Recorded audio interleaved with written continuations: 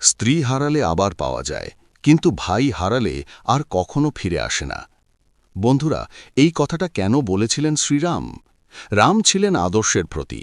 পুরো ভিডিওটা দেখলেই বুঝতে পারবেন তার আদর্শতা। একবার যুদ্ধের ময়দানে গুরুতর আহত হয়ে পড়লেন লক্ষ্মণ, প্রাণ যাওয়ার মতো অবস্থা। তখন সবাই ভেবেছিল, এখন কি করবেন শ্রীরাম? রাম তখন বলেছিলেন, আমি যদি সীতাকে হারাই, হয়তো আবার তাকে ফিরে পেতে পারি, কিন্তু আমার ভাই লক্ষ্মণ যদি চলে যায়, তাকে আমি কোনোদিনই ফিরে পাব না। এই কথায় লুকিয়ে আছে এক গভীর সত্য। জীবনে অনেক কিছু আবার ফিরে আসে, কিন্তু কিছু সম্পর্ক আছে যা একবার হারালে আর কখনোই ফিরে আসে না।